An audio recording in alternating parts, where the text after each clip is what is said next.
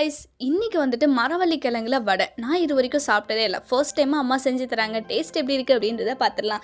அதுக்கு வந்துட்டு 2 மரவள்ளி கிழங்கை நல்லா வாஷ் பண்ணி குட்டி குட்டியாக கட் பண்ணி எடுத்து அதை வந்துட்டு கொரன்னு அரைச்சி எடுத்துக்கிட்டாங்க.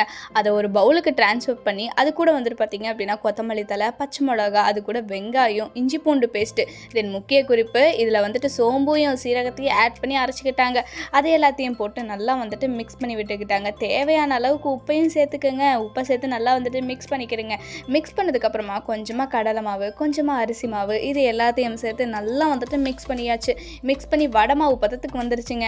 இதுக்கப்புறமா என்னது, வடையை தட்டி போட்டுற வேண்டியதான். சூடான எண்ணெயில் வடையை வந்துட்டு நல்லா தட்டி போட்டு எடுத்துக்கிட்டாங்க. இந்த வடை வந்துட்டு நல்லா மொறுமொறுன்னு இருக்கணும் அப்படின்னா ஒரு டைம் வந்துட்டு வடை எல்லாத்தையும் வந்துட்டு இந்த மாதிரி எண்ணெயில் போட்டு எடுத்துக்கிட்டதுக்கப்புறமா எல்லா வடையும் எடுத்து மறுபடியும் எண்ணெயில் போட்டு ஒரு டைம் பொரிச்சு எடுக்கணுமா. அப்போ தான் வடை வந்துட்டு பார்த்திங்கன்னா ரொம்ப நல்லா வந்துட்டு கிறிஸ்பியாக இருக்கும் அப்படின்றதுக்காக. ஸோ சொன்ன மாதிரியே வடை வந்துட்டு பார்த்தீங்க அப்படின்னா ரொம்பவே மொறுன்னு இருந்துச்சுங்க. உள்ளே ரொம்ப சாஃப்டாக, வெளியில் நல்லா மொறுன்னு சூடாக சூப்பராக இருந்துச்சு. கண்டிப்பாக ட்ரை பண்ணி பார்க்க வேண்டிய ஒரு மஸ்ட் டிஷ்ஷு. கண்டிப்பாக ட்ரை பண்ணி பார்த்துட்டு எப்படி இருக்குன்றதை மறக்காம கமெண்ட் செக்ஷனில் சொல்லுங்கள்.